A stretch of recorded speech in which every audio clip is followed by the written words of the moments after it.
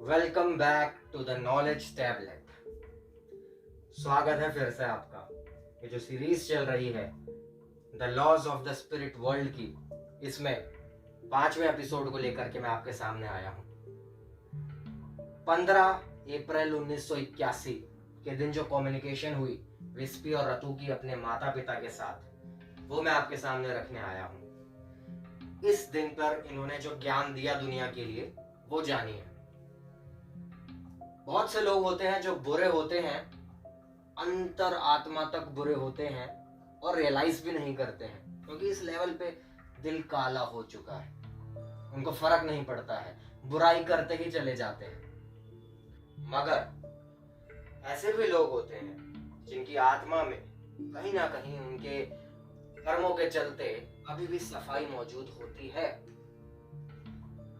वो अंदर से ये समझ जाते हैं कि हम बुराई में लिपटे हुए हैं, मगर हम अगर चाहें तो अच्छी राह पर चल सकते हैं, लेकिन वो पुश अंदर से नहीं मिल पाता है, वो सीधी राह पकड़ ही नहीं पाते हैं।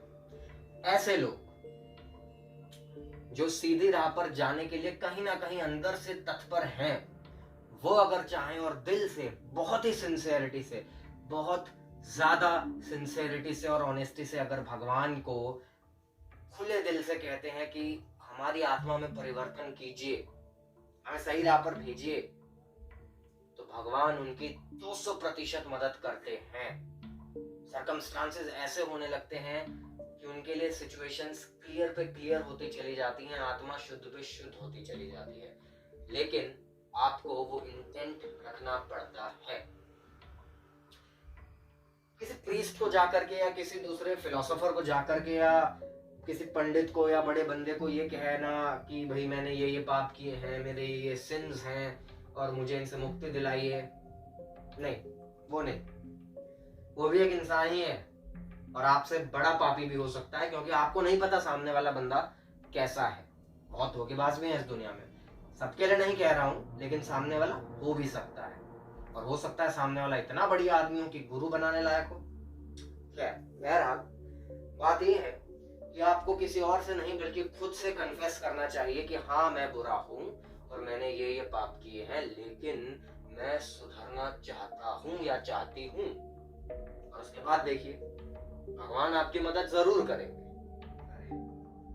जो खुद को समझते हैं कि हमसे पायस, हमसे प्योर, हमसे अच्छा कोई नहीं, हम सबसे अच्छी आत्मा है, लेकिन एक्चुअली में वो सिनर है, एक्चुअली में वो भगवान के नियमों के एकदम खिलाफ चल रहे हैं, लेकिन अपने आप को मान के बैठे, खुद ही जजमेंट देकर के बैठे हैं कि हमसे बेस्ट कोई नहीं, हम तो स्वर्ग में जा रहे हैं, हमें तो मोक्ष मिलने वाला है।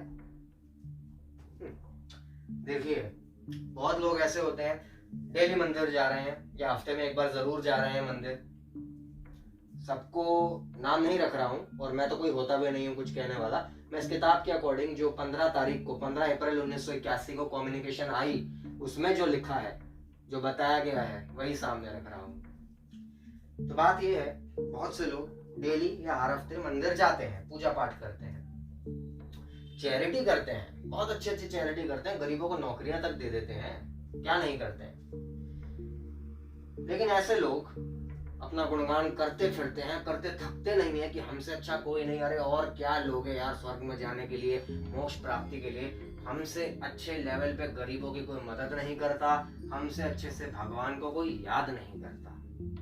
अरे जनाब, एक बात बताइए,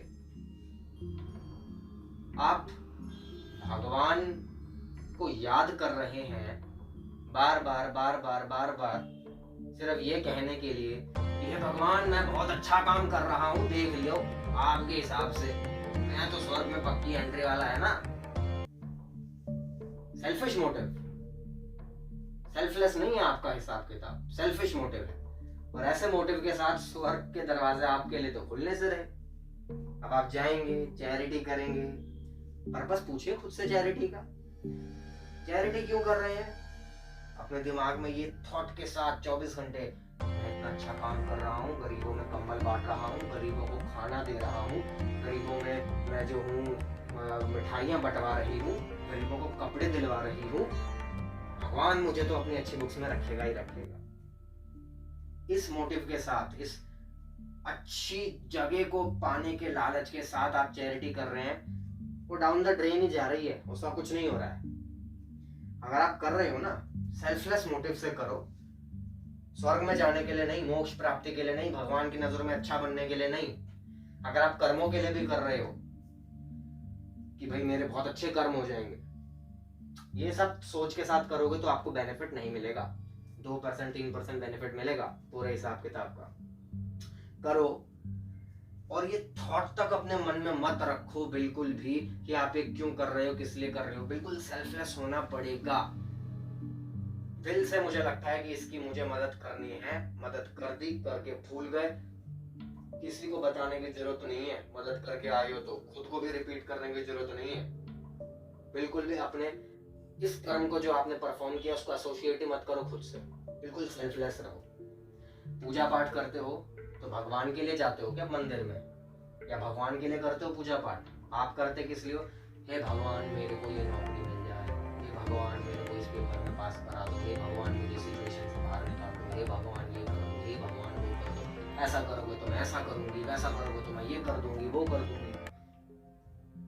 कभी कभी ट्राई करो भगवान के पास जा करके सिर्फ भगवान को याद करने की। कुछ मत मांगो, कुछ मत सोचो, सिर्फ भगवान को याद करो, भगवान से मिलने के लिए जाओ, बस सिर्फ इतना ही रखो भगवान से।